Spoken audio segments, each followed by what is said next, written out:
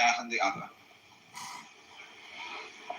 And so we ignore and are unaware of the vast, vast extent of our being. People who by various methods become fully aware of their floodlight consciousness have what is called a mystical experience,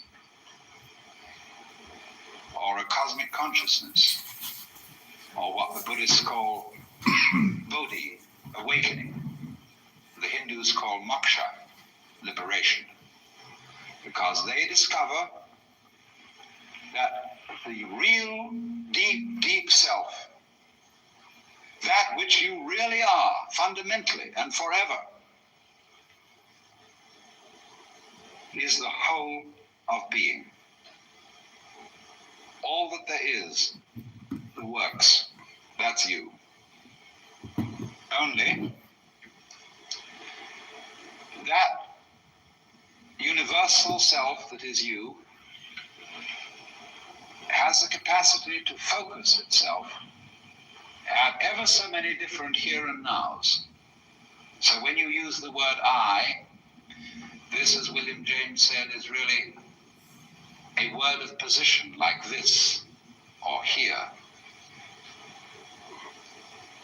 Just as a sun or star has many rays, so the whole cosmos expresses itself in you, in you, in you, in you, in you, with all the different variations. It plays games. It plays the John Doe game, the Mary Smith game. It plays the beetle game, the butterfly game, the bird game, the pigeon game, the fish game, the star game.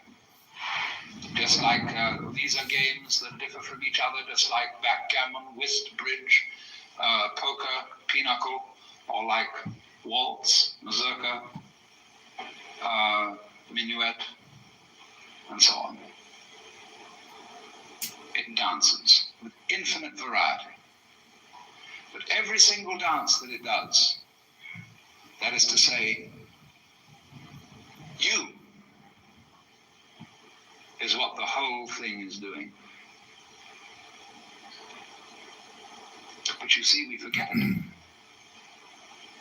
We don't know. We've been brought up in a special way so that we are unaware of the connection, unaware that each one of us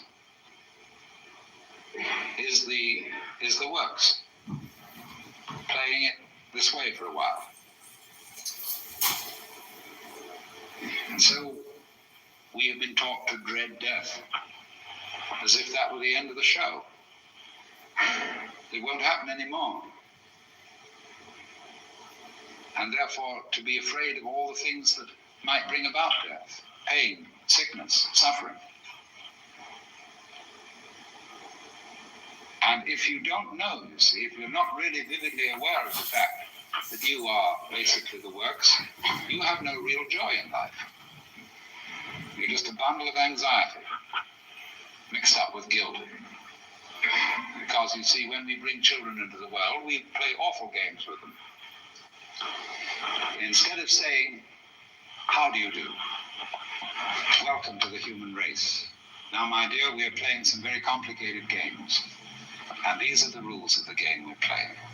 I want you to understand them, and then you learn them, and then when you get a little bit older, you may be able to think up some better rules. Instead of being quite direct with our children, instead we say, so here you are. He's a nasty baby anyhow. You're here on probation, you understand that? And maybe when you grow up a bit, you'll be acceptable. But until then, you should be seen and not heard. You're a mess. And you've got to be educated and schooled and whipped until you're human. So that these attitudes which are inculcated into us in infancy go on into old age. The way you start out is liable to be the way you finish. So people going around fundamentally